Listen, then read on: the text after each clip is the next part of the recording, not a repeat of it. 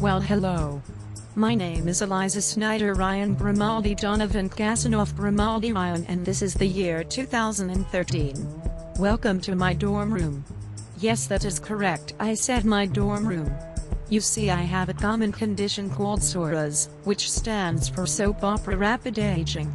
As a result of my condition, I have aged 20 years, despite the fact I have only been alive for 60 months. While SORAS is a very serious condition that affects 99% of all soap opera children, that is not what I wish to talk to you about today. Today I wish to discuss the two most disgusting people I have ever encountered in the 5 years I've spent on this planet. You know them as Tweedle Boring and Tweedle Crazy. I call them Mom and Dad. By the way, would someone quit switching cameras? I'm getting whiplash.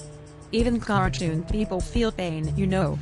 I have recently been watching As the World Turns, which is sort of a video diary of my life, and I find myself to be quite disturbed by the actions of my parental units. I was appalled a few weeks ago when I heard Tweedle Crazy threatening to kill Tweedle Boring. Talk about extreme.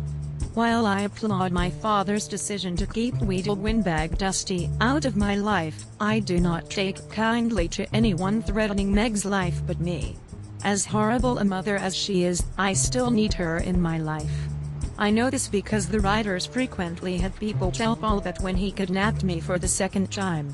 I guess all the camera switching is going to continue. I need a neck brace.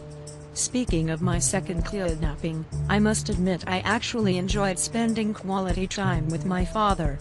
The way he went running down the street chasing after Rosanna was a hoot and a holler. If you've never had to hold on for dear life while your father swings you back and forth in your car seat, you haven't truly lived, my friend.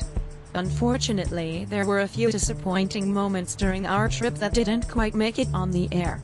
There was one moment when I heard Dad singing and saying my name, but his voice sounded really far away.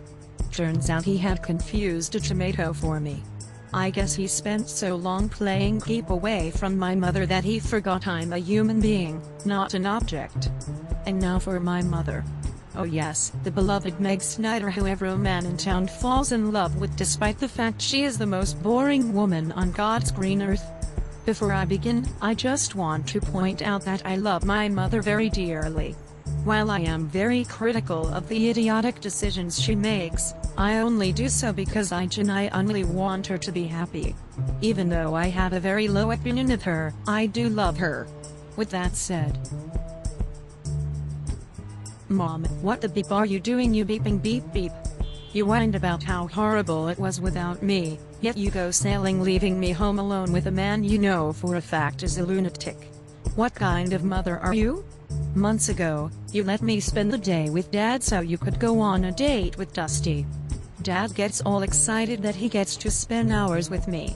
Suddenly your date gets cancelled, and you decide the 2 minutes he spent with me are more than enough. You told him that you didn't need him to watch me anymore. Excuse me. Paul is my father, not your babysitter. He needs to be in my life whenever possible, not just when it's convenient for you. The entire time Dad and I were gone on our little trip you whined about how much you missed me, but once I got back you put me in the living room and spent all your time in the kitchen flirting with Damien. I thought it was bad when you did it the first time, but upon watching today's episode I see you did it again. Admit it, Mom, the only reason you didn't send Dad to prison and gave him visitation rights is because you wanted him to be a babysitter for when you went out on dates. In fact, I bet when Damien wasn't looking, you even untied the boat so it would float and you could spend more time with him. With parents like Meg and Paul, is it any wonder that in the 5 years I've been alive, I am now a 20-year-old emotionless wreck with whiplash whose only friend is my dead grandfather James?